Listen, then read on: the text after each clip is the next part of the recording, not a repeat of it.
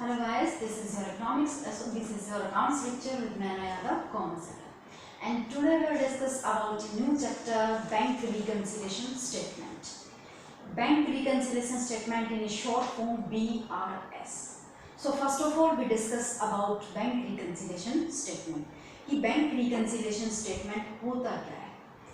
देखिएगा, it is a difference between cash book and passbook. जो passbook और जो कैश बुक होती हैं उनके बीच में जो डिफरेंस आता है कि अगर दोनों का बैलेंस मैच नहीं होता है, टैली नहीं होता है, तो जो डिफरेंस आता है, जो गैप आता है, उस डिफरेंस या गैप को टैली करने के लिए हम bank reconciliation statement read out करते हैं.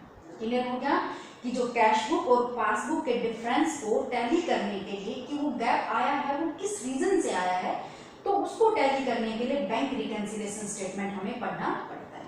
अब हम बात करते हैं कैश बुक की. So cash book, you know very well that कि कैश बुक आपने पढ़ा है, क्वेश्चंस भी किए हैं कि कैश बुक की दो साइड होती हैं. एक हमारी डेबिट साइड होती है जिसको डीआर से डिनोट करते हैं, एक हमारी क्रेडिट साइड होती है जिसको सीआर से डिनोट करते हैं. Debit side means receipts and credit side means payment. Clear हो गया. Receipt means plus sign, payment means minus sign. Means debit side में पैसा आता है कि बिजनेस के अंदर जितनी भी ट्रांजेक्शन्स हुई हैं, जहां जहां से पैसा आया है वो सब डेबिट साइड में रखते हैं. फेवरेबल बोलते हैं हम इसको. क्या बोलते हैं? फेवरेबल बैलेंस बोलते हैं. क्रेडिट साइड मीन्स जिस जिसको पेमेंट हमने की है या करनी है, ठीक है, जिस जिसको पेमेंट की है, जितना पैसा बिजनेस में से गया है वो कहाँ रखेंगे? क्रेडिट साइड में. इसीलिए हम इसको क्या बोलते हैं? पेमेंट साइड बोलते हैं. ठीक है. अनफेवरेबल क्या कहेंगे? अनफेवरेबल. और ये क्या होगा? Favourable balance. क्लियर हो गया. ठीक है. तो दैट मीन्स कैश बुक का जो डेबिट बैलेंस होता है वो फेवरेबल बैलेंस होता है और जो क्रेडिट बैलेंस होता है वो अनफेवरेबल बैलेंस होता है. क्यों? क्योंकि वो पेमेंट साइड होती है. क्लियर है. ठीक है. अब हम बात करते हैं पासबुक की. पासबुक की भी सेम एज इट इज दो साइड होती हैं. एक साइड डेबिट साइड होती है और एक साइड क्रेडिट साइड होती है.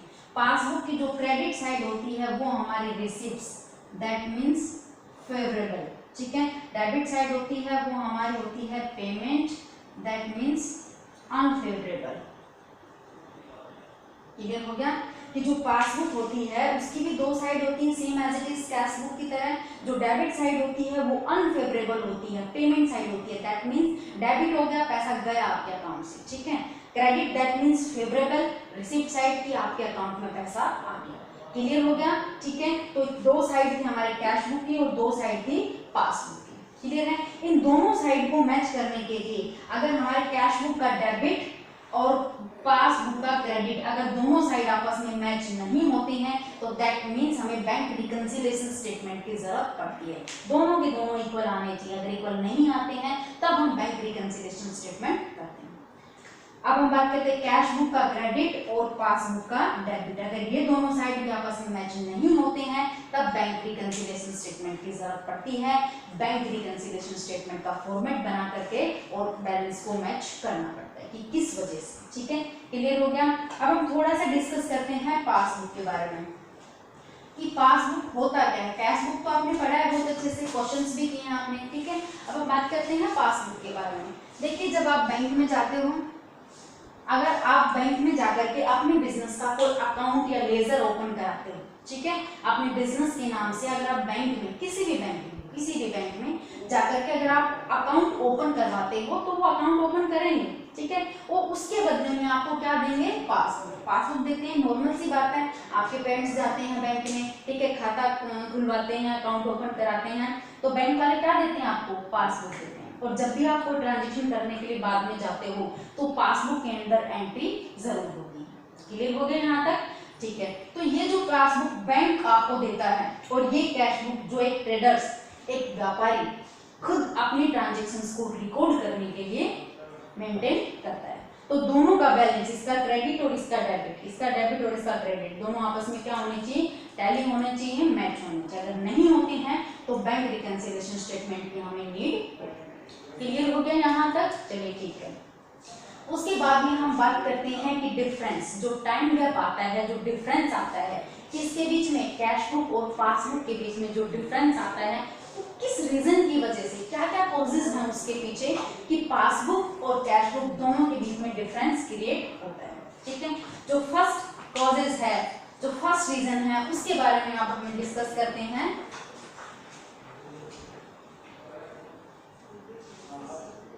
हाँ जी, फर्स्ट कॉजेज है कि cheque issued but not yet presented for payment in the bank. Cheque issue तो हमने कर दिया but not yet presented, but अभी तक वो बैंक में पेमेंट के लिए प्रेजेंट नहीं किया है। दैट मीन्स हमने हमारे किसी कस्टमर को हमने चेक दिया था, कस्टमर को चेक दिया हमने, और वो चेक चलो सपोज कीजिएगा कितनी का था, 10,000 का। अब उस 10,000 का चेक हमने किसको दे दिया, कस्टमर को इशू करके दे दिया। अब कस्टमर के ऊपर डिपेंड करता है कि वो उस चेक को बैंक में कब लगाता है पेमेंट के लिए। ठीक है, जैसे ही हमने चेक इशू किया तो उस टाइम पर हमने, ट्रेडर्स ने क्या किया, ट्रेडर्स ने अपनी कैश बुक के अंदर क्रेडिट साइड में एंट्री कर दी, इधर 10,000 की क्रेडिट साइड में लिख दिया होगा, डेफिनेटली लिख दिया होगा। जब चेक उसने दे दिया, इशू कर दिया, तो उसने कैश बुक के अंदर क्रेडिट साइड में पेमेंट लिख दी 10,000 रुपीज की। ठीक है, अब अगर वो कस्टमर अगर 2 दिन 3 दिन 4 दिन चेक को बैंक में नहीं लगाता है, तो जब तक आपके अकाउंट से पैसे डेबिट होंगे नहीं, आपके अकाउंट से पैसे डेबिट होंगे नहीं, ठीक है, तो दैट मीन्स पासबुक का बैलेंस ज्यादा होगा, कैश बुक का बैलेंस कम होगा। क्यों? क्योंकि जो कैश बुक उसने बनाई, उस कैश बुक के क्रेडिट साइड में उसने 10,000 रुपीज की पेमेंट कर दी, चेक इशू कर दिया, लेकिन वो बैंक में वो चेक अभी तक लगा नहीं है। अगर वो चेक बैंक में नहीं लगा है तो इसका मतलब पासबुक की डेबिट साइड में वो आपके अकाउंट से पैसे डेबिट नहीं हुए, तो दोनों अकाउंट्स के बीच में गैप आया या नहीं आया, डेफिनेटली आया। ठीक है, तो उस डिफरेंस को, उस गैप को मेंटेन करने के लिए हमें बैंक रिकंसिलिएशन स्टेटमेंट की जरूरत पड़ी या नहीं पड़ी। ठीक है, अगेन डिफरेंस आ गया यहाँ पे। चलिए अब हम बात करते हैं नेक्स्ट ट्रांजेक्शन। तो ये जो ट्रांजेक्शन हमने आपको बताया कि चेक अगर हम इशू कर देते हैं तो कैश बुक में तो एंट्री हमने कर दी क्रेडिट साइड में, पेमेंट साइड में, बट वो चेक पेमेंट के लिए अभी भी बैंक में प्रेजेंट नहीं हुआ है। दैट मीन्स पासबुक में डेबिट साइड में कोई ट्रांजेक्शन नहीं होगी। समझ में आ रही बात? क्योंकि जब तक कोई चेक लगेगा ही नहीं, तो जब तक चेक नहीं लगेगा तो तब तक आपके अकाउंट में पैसे डेबिट होंगे कैसे? क्लियर हो गया? अब सेकंड रीजन की हम बात करते हैं कि cheque paid into the bank for collection but not yet credited by the bank. Cheque paid into the bank, आपको चेक मिला था, ठीक है, किसी सप्लायर ने आपको चेक दिया था, वो चेक आपने बैंक में डिपॉजिट करा दिया, पेड इनटू द बैंक या deposit into the bank, but not for collection. Collection का मतलब आपके अकाउंट में क्रेडिट होने के लिए, but not yet credited by the bank, but bank ने अभी तक उसको क्रेडिट नहीं किया है। समझ में आ रही बात? बट बैंक ने उसको अभी तक क्रेडिट नहीं किया है। ठीक है, अब बैंक ने क्रेडिट कहने का मतलब ये है, अब देखिएगा, but not yet credited,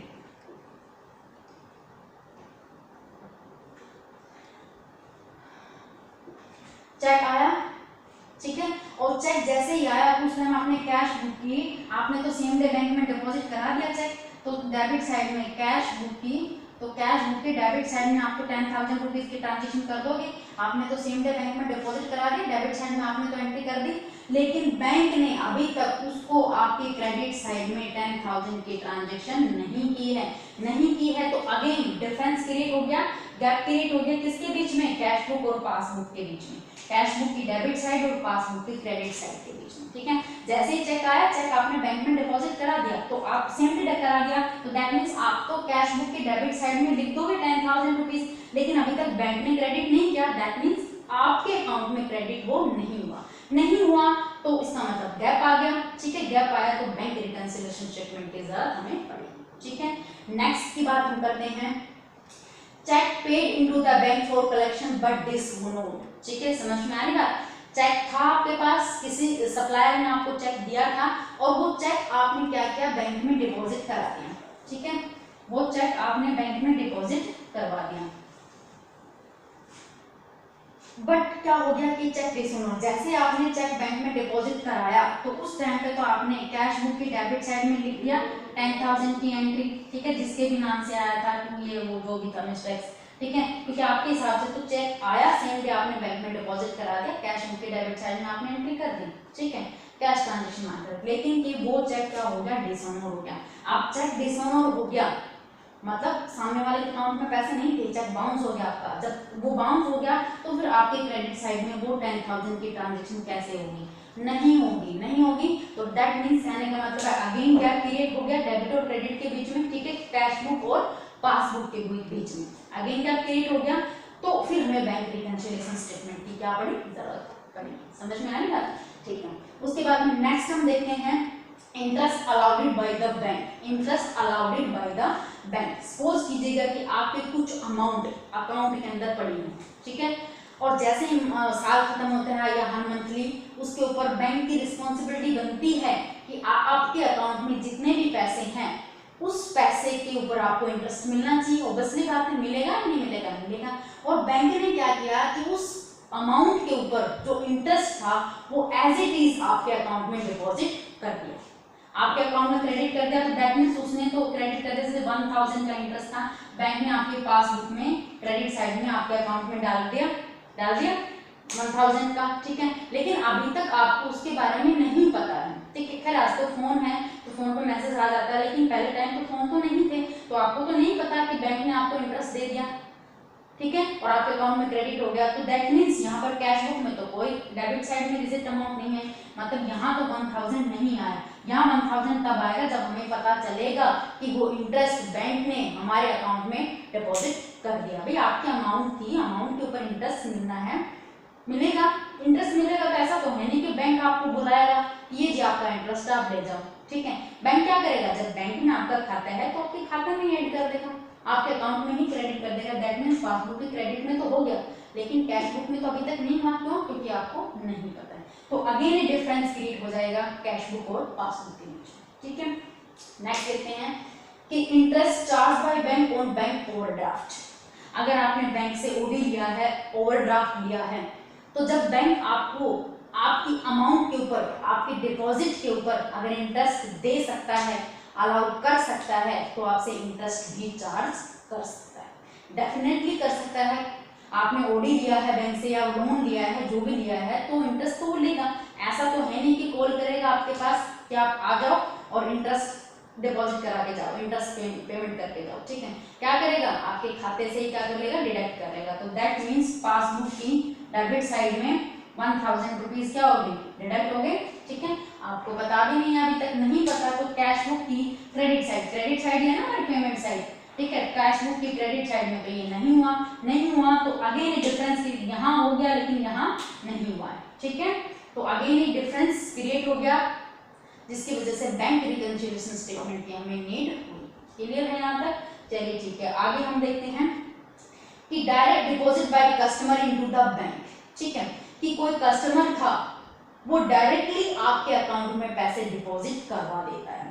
customer क्यों डिपॉजिट कराएगा, तो उसने सामान खरीदा होगा हमसे, ठीक है, हमने बेचा होगा उसको सामान, तो मिस्टर एक्स कोई जो कस्टमर है हमारा, तो उस कस्टमर ने डायरेक्टली हमारे बैंक अकाउंट में पैसे डिपॉजिट करवा दिए और हमें नहीं पता। वो आया बैंक में और हमारे अकाउंट में पैसे डिपॉजिट हो गए, तो कौन सी साइड होंगे, क्रेडिट या डेबिट? ऑब्वियसली बात है क्रेडिट। जैसे 12,000 हमारे अकाउंट में डायरेक्टली डिपॉजिट किसी कस्टमर ने करवा दिए, ठीक है।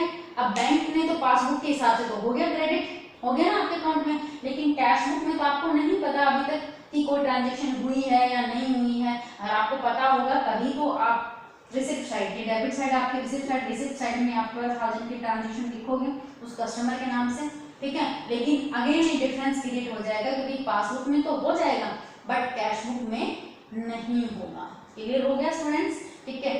तब भी आपको ये रीजन बता रही मैं सारे आपको कि किस वजह से गैप क्रिएट होता है, टाइम गैप की वजह से। टाइम गैप है ये, ठीक है, कि टाइम की वजह से किस वजह से गैप क्रिएट होता है, बैलेंस इक्वल नहीं होता है किसका, कैश बुक का और पासबुक का।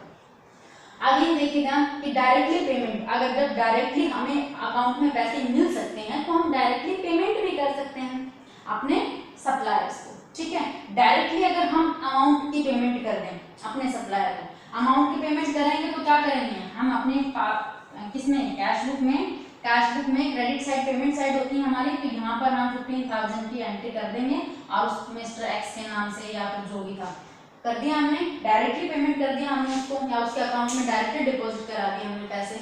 लेकिन हमारे पासबुक में तो कोई एंट्री नहीं होगी हमारी, नहीं होगी ना, क्यों? क्योंकि बैंक को अभी तो पता नहीं उस चीज़ का। तो देन आफ्टर अगेन एक गैप क्रिएट एंड बीआरएस की हमें जरूरत पड़ेगी।